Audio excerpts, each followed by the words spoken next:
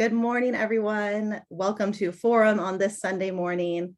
I am thrilled to have Domenico Ruggeiro from We Are Family, who's going to share more about himself and more about the mission of We Are Family in Charleston. So Domenico, I will pass it to you. Fantastic. Thank you, Danielle. Oops.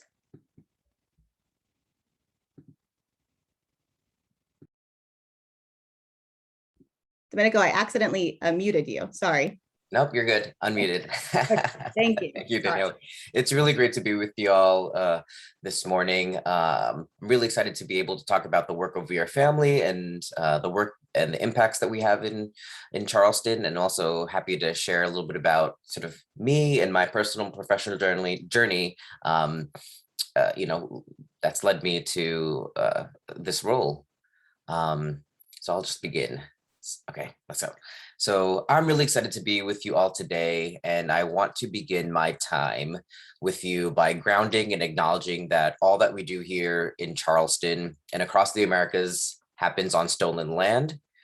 Here in the Low Country, we exist on land belonging to the Cusco, Kiowa, Etawan, Edisto, Stono, and Wando people. For those of us with European ancestry, it's our responsibility to contend with what it means to embody those identities as settlers within the ongoing reproduction of settler colonialism.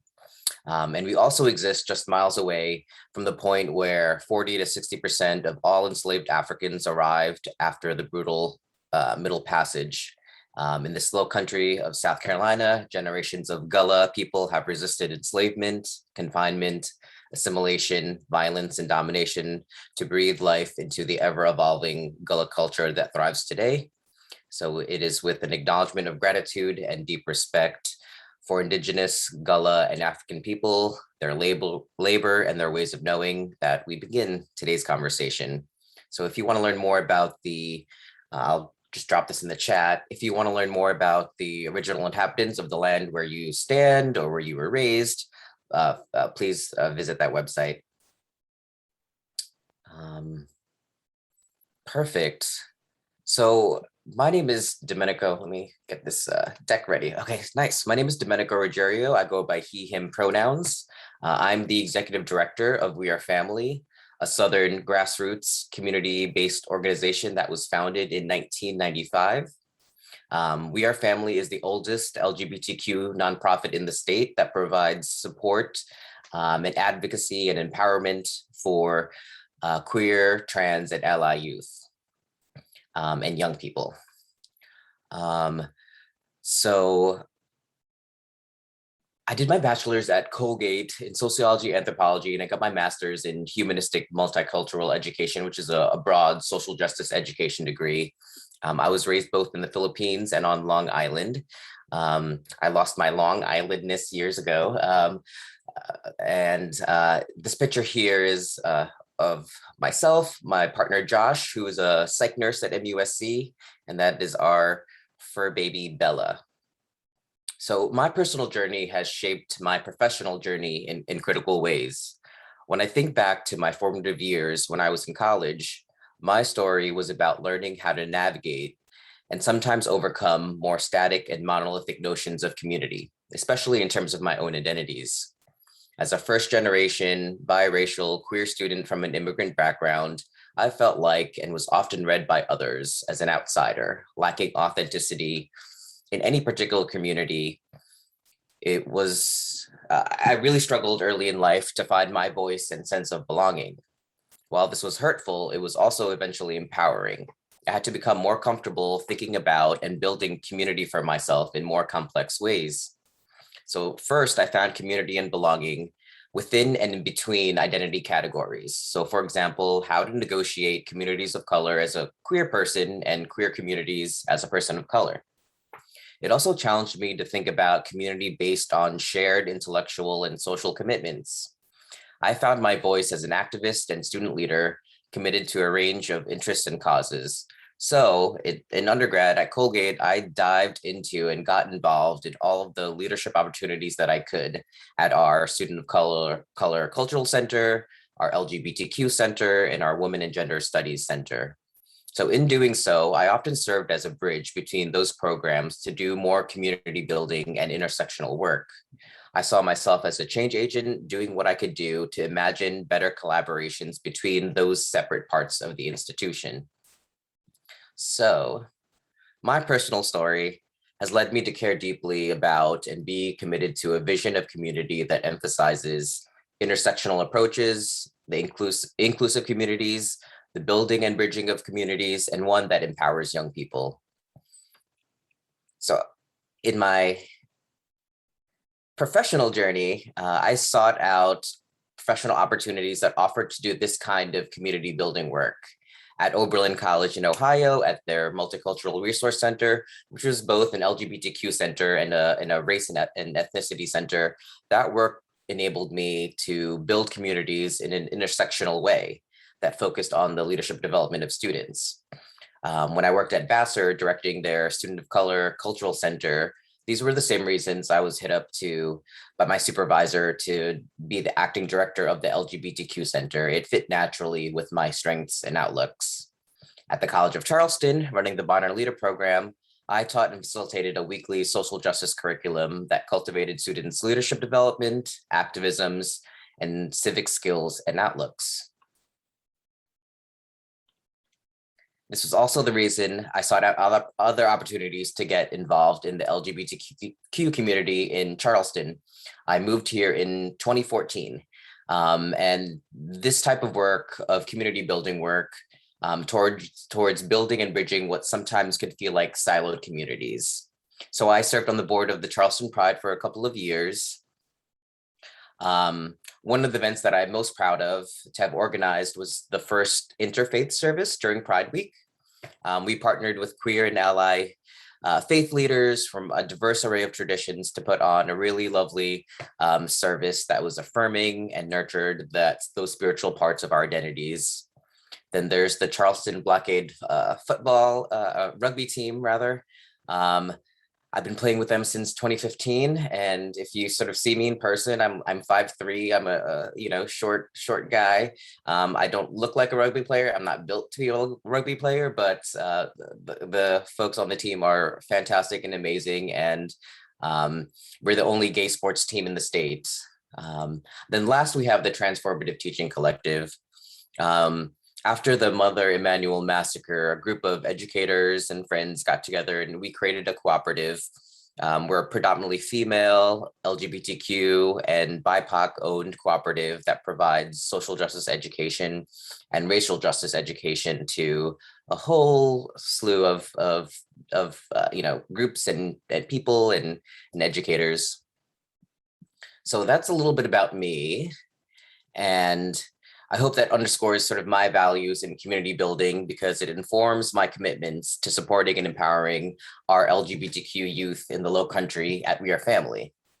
So We Are Family cultivates affirming spaces for LGBTQ and ally youth across South Carolina by providing direct services, leadership development, and community engagement opportunities that have a lasting and measurable impact. At the core of what we do is cultivate youth change agents, lifting voices and shifting culture for a more just and equitable society. One where queer, trans, and ally youth are empowered to find community and senses of belonging, can lead from a place of authenticity in their communities and spheres of influence, and are affirmed for all parts of their authentic selves. So We Are Family, at the team there, we are a small and mighty team of 5. I would say we're movers and shakers. We have 3 full-time staff members. That's myself, Cora, and Jonathan on the slide. And 2 part-time staff, Gabby and Chandler. One thing that makes us really unique and special in South Carolina is all of our full-time staff are queer folks of color. We are also a migrant-led organization. 2 of us on the full-time team. I was raised in the Philippines, and our thrift store manager, Jonathan, is a DACA recipient. It's important, I think, especially for our youth that we serve, for them to see queer people of color leadership in this work. as they may not see this being modeled elsewhere in the broader community. So in short, we make Southern queer magic happen. We make queer youth dreams come true. That's a saying that Jonathan in the thrift store ends every team or every weekly team meeting, and it sort of has stuck with me. To talk a little bit about what we do in the community, we do a lot. Our programs fall into one or more of three buckets or focus areas. That's leadership development and social support, health and wellness, and community engagement and advocacy. I'll also drop a link in the chat if you want to learn more. So in the youth leadership and social support bucket, we are, bread and butter ever since year one of 27 years now in the Low Country is our social support groups. We have 4 peer-led groups, and an additional one for parents and guardians of LGBTQ youth called Parent Space. So we have something called Safe Space for middle school and high school age youth, so 18 and under, that meets weekly on Tuesday evenings. We're doing a sort of hybrid model now, where it alternates between in person and virtual. We have something called Queer Space, which is for young adults 18 to 24, and that meets every other week. We have the QAPOC Get Together for queer and trans folks of color from 16 to 24. And we've recently offered a WAF, or We Are Family, a Discord. It's sort of an online platform where we do a lot of our sort of engagements and stream movies and games and have discussions with our youth. We also have a GSA coalition. So we support a network of nearly 30 GSAs, which are gender and sexuality alliances. They're student-led organizations in the Tri-County schools. Mostly, I'll say most of our schools are in the Charleston County School District in their middle and high schools. So under the health and wellness bucket, we have a mental health assistance program. We launched this in April, and it's a program that provides free mental health services for LGBTQ youth and connects them with LGBTQ affirming therapists. And then our next one is gender affirming gear. So Closet Case Thrift Store is our social enterprise, and it is a gender inclusive shopping experience. And so through Closet Case, we provide trans and gender nonconforming youth with gender affirming gears and products. So think about, chest binders, tuck kits, and packers at no cost. And we also ship these items throughout the entire state for our youth. And then under the community and advocacy buckets, we have something called the Trans Love Fund. It provides, it's a mini grant, micro grant rather, that provides trans folks with transgender individuals in the state for they applied this for emergency or urgent needs. And then we have the LGBT Teach, which is a education program that offers trainings and technical assistance on creating LGBTQ affirming spaces, and that's mostly in the K through 12 setting.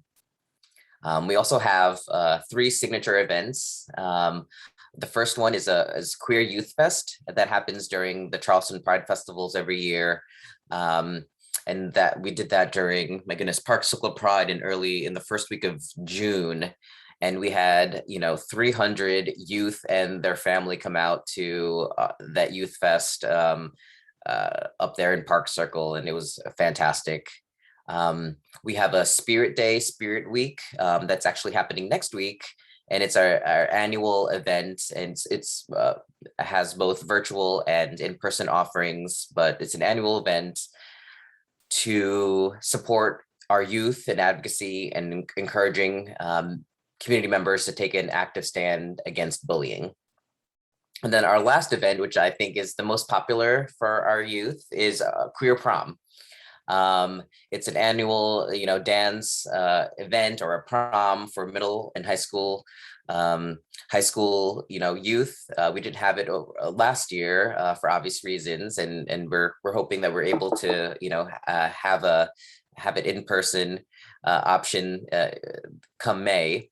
But that is, it's a queer prom, and I like to describe it as the like Cinderella effect. So we have our youth come, and they could come wearing whatever they would like to wear, but we have folks who do hair and makeup, and we have a bunch of clothing and dresses and all of this things, so they could come in, get glammed up in whatever way that they would like, and and at the end when the clock strikes midnight, they're able to sort of take it all off and be on their way. And it's really nice to have that offering, especially for some of our youth who are not completely out to their family.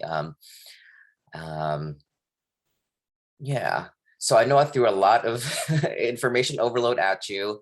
What I'm going to do is I'm going to play a clip of our 25th anniversary celebration. So last year in 2020, our family celebrated 25 years of impacts and supporting LGBTQ youth in Low Country. And so I wanted to share this fun little video.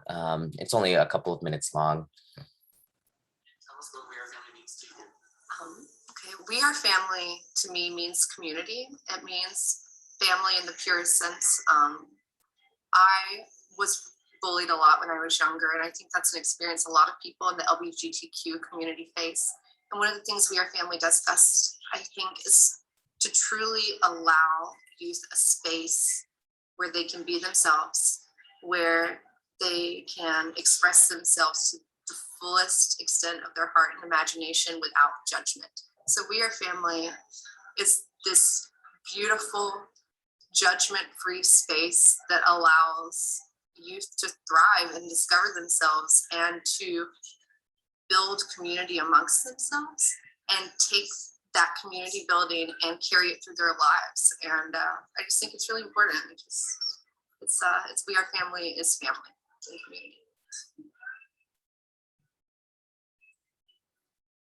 We Are Family is the oldest LGBTQ youth organization in the state of South Carolina. Our mission is to provide affirming spaces for LGBTQI plus youth through direct support, community engagement, and leadership development. Our vision is that LGBTQ youth feel empowered to find their places in the world, in their families, and in their communities. Family means to me community, family, togetherness, and giving back, definitely.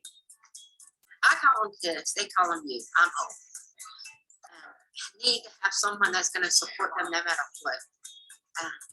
Needs to have someone that's going to offer a hug. It's going to be there, that's willing to open their arms and be non-judgmental. That's why I participate. That's why I volunteer as much as I can, because I feel there's a need for inclusion, and that's what I do. It is a mechanism to help people see their worth, to help our LGBTQ youth connect with other people who share experiences that are similar to theirs. It has saved countless lives. We're youth need environments that are affirming, caring, and let them live their full truth, which is why We Are Family offers a wide variety of programming for our LGBTQ plus. We have peer discussion groups, GSA support services where youth and schools form connections and build leadership skills. And we have an annual prom, which is a big party that welcomes youth to celebrate who they are. Well, I was a We Are Family kid at the upstate when I was 16. So, over a decade ago, it helped me, I came out there, realized who I was, and so I volunteered for safe space, got the opportunity. Met a lot of good kids here in town, and they're awesome. Oh my gosh. Most recently, this was Thursday evening, right? Thursday after school, Nigeria and Cora came and spoke to the club that I'm a sponsor for, the Spectrum Club. And I and the other sponsor, Sarah Rutledge, we afterwards we looked at each other and said, we are not alone in protecting these kids. And that was huge for us. And as huge as that is for us, think of how huge that is for the kids. Just that feeling of not alone. That's a big deal. And that's what We Are Family is doing. It's just basically in so many different ways saying, you are not alone with this, wherever you are on it. Cultivates Thrift Store is a social enterprise program operated by We Are Family, offering an affordable, gender-inclusive shopping experience. Closet Kids also offers free gender-affirming clothing items and garments to queer and trans youth living in the Charleston area. We Are Family means to me hope, belonging, future, knowing that it's okay to be who you are, how you are, when you are. Knowing that you don't need to fit in, you need to be proud of who you are and stand up for what you believe. That's what We Are Family means to me.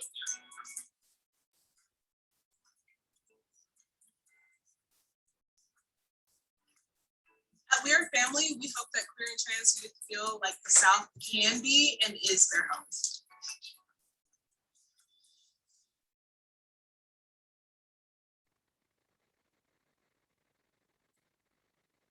Awesome. And before we open it up to any questions or anything that's on your mind, I would love to talk about how to get involved. So let's see. Our website is, waf.org. Feel free to join our newsletter. It's in the bottom, or anytime you go on our website, it's the first thing that pops up. And stay update with our program offerings and events calendar. It's everything's on our website. We're located on Reynolds Avenue in North Charleston, just outside of the downtown Park Circle area. So if you have any clothing items or home items and you want to stop by and bring to the thrift store, we have one of those blue bins out there, so you can drop it off there. Follow us on our social media. We're on all of the Facebooks, Instagram, LinkedIn, and TikTok. If you're interested in volunteering, Daniele has volunteered for our thrift store and our Rainbow Market in the past. So we're always looking for, volunteers. If you're interested, if you have a particular skill set or sort of facilitation, we're always looking to for volunteers for any of our social support groups. And so, there's that. Consider serving on our board of directors. I put a smiley face on there. That's if you have the bandwidth to do for that. And consider donating to We Are Family and or donating supplies on our Amazon wish list.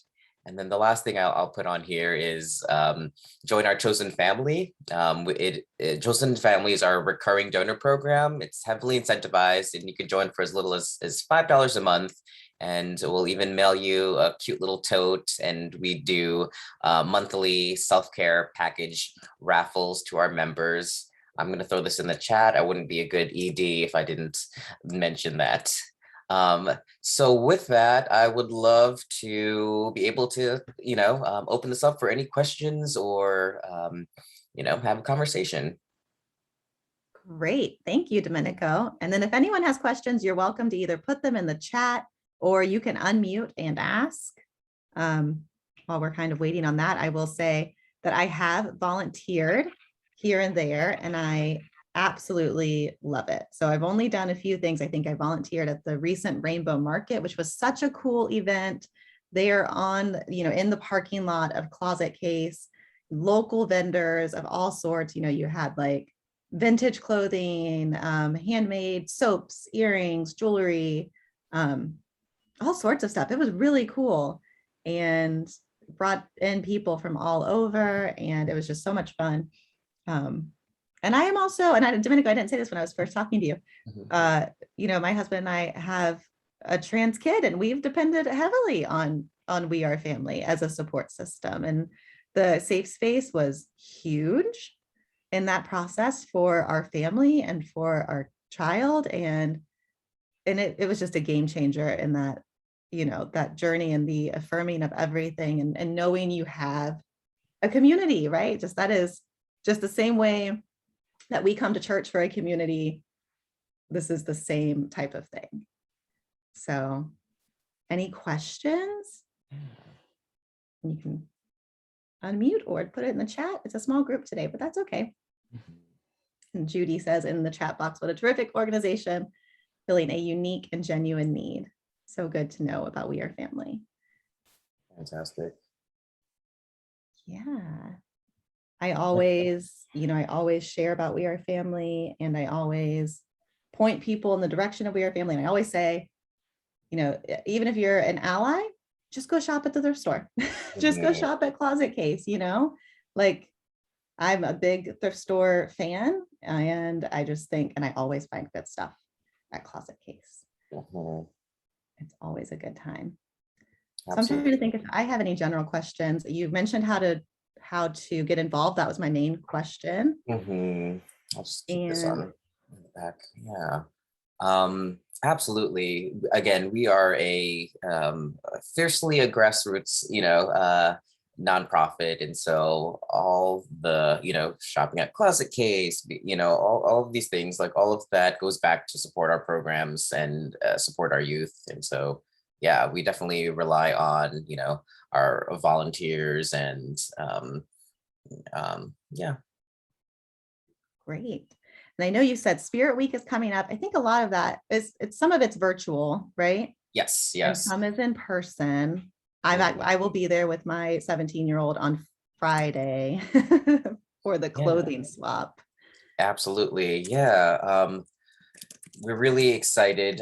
So let me see if I can pull up I'll just drop this in the chat if anyone's interested more about, we have 4 events for Spirit Week. Again, it's these are sort of offerings, and the larger theme here is, to advocate and help our youth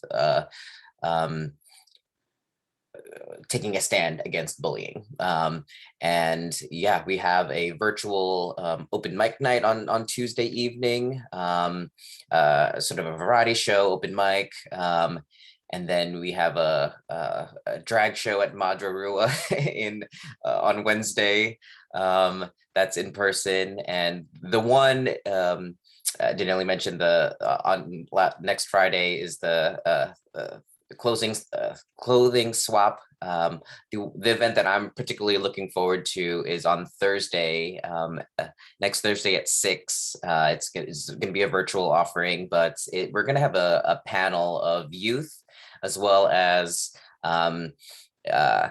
adults, queer and trans adults over 40, and to have an intergenerational panel and to talk about sort of lived experiences. And one of the things I think that we don't, and this sort of came from the youth steering committee, they're like, we want to hear about how, and the big thing that underscores that event is really trying to break down or complicate some of the dangerous ways that, based on your age and your generation, oh, if you're Gen Z, then y'all are X, Y, and Z stereotype. If you are in the millennials or the boomer generation, you are X, Y, and Z stereotype. And so this is just really beginning to scratch the surface on what are our shared values, and what are things that, we care about, and, life lessons learned that we're able to just have a conversation. I don't think we have a model yet to have these types of important dialogues or conversations. And so I'm particularly looking forward to that. Yeah. Oh, I'm so glad you shared about that. That one was not on my radar, but I think that's huge. I think you're right. There aren't a lot of spaces where we get to hear from everyone like that, Mm-hmm. And I'll say from my kids and from working in the church with families and youth, I'll say they just teach me so much.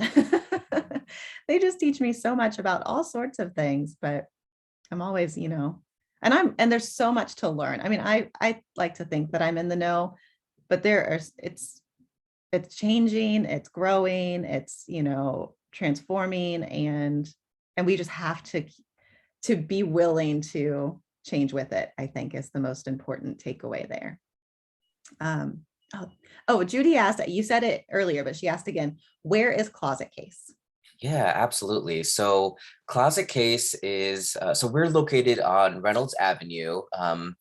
It's the actual address is 1801 Reynolds Avenue, but we are, my goodness, how to describe it? We are right next to, the Equality Hub, which is, Charleston Pride and AFA, the two other LGBTQ organizations in town. We're in the same sort of building. They're in sort of one side, and we are families on the other side. We're in North Charleston, outside of Park Circle. What else to say is so.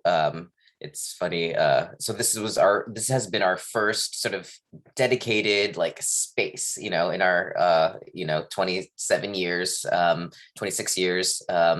And 2/3 of our space is Closet Case. And then the third part of our space is, where, our offices are and where we have our programs. When our social support groups is on the second part of our space, and it's really exciting to actually have dedicated space. Yeah. Another thing, I don't really know if I have a question, but, and I know this from volunteering, then you mentioned it in your slideshow, is the mental health aspect. And I know you have the part-time mental health coordinator, I forget exactly what her title is. And just knowing that is available for youth, and even just going through this pandemic, right? Even just Absolutely going through this pandemic, to know that they have a space that they can turn to, I think is huge. And I hope that it continues to grow and form. I think I talked to, is it Gabby who runs that? No, Gabby is volunteer. Chandler's the one who runs that. Yeah, and I know Chandler, she was great and said she's always on the lookout for therapists, right? Who are affirming. So absolutely. Yeah. A couple of things I'll mention for our mental health assistance program. We launched it in April, and this came from, oh my goodness, it came from sort of feedback the prior year from our youth. And we know, because of this past, year and a half, 2 years with the pandemic in our school systems and with our youth, we know that it has only exacerbated some of the inequalities that sort of exist there, for instance, or brought to light rather. It can be harder for some youth who are caretakers for their younger siblings, or have to work part-time jobs to, try to be engaged virtually in a space, our mental health assistance program is absolutely amazing. We launched it in April, and since we've gotten 37 youth have have applied to the program. And we currently have a network of 12 affirming therapists, local therapists in the Charleston area. And we have a really fantastic part of it is we have a queer youth approval board, where we have currently, I think, 7 youth who works with Chandler on providing the LGBTQ cultural competency training for the mental health providers. We offer them a stipend for that, but they help train the therapists. We've definitely, this is for me, this has definitely been top of mind to be able to sort of scale and sustain as a program. We've provided 86 hours of therapy sessions for the youth who apply to it. Yeah, there definitely is a need there. Yeah, I think we currently have like 14 youth on our wait list right now. Yeah. Oh, wow. Mhm. Yeah. Wow. Well, I think it's a great program. I hope it continues to grow and thrive. Well, I think maybe we'll wrap it up. So Domenico, thank you so much for taking the time. And everyone who's here, please share with your friends about this presentation. We have recorded it and it will be posted on our YouTube page, and we will get the word out there and just keep sharing the good word, passing on the good news. And thank you so much. Yeah, thank you all. Thank you, Daniele.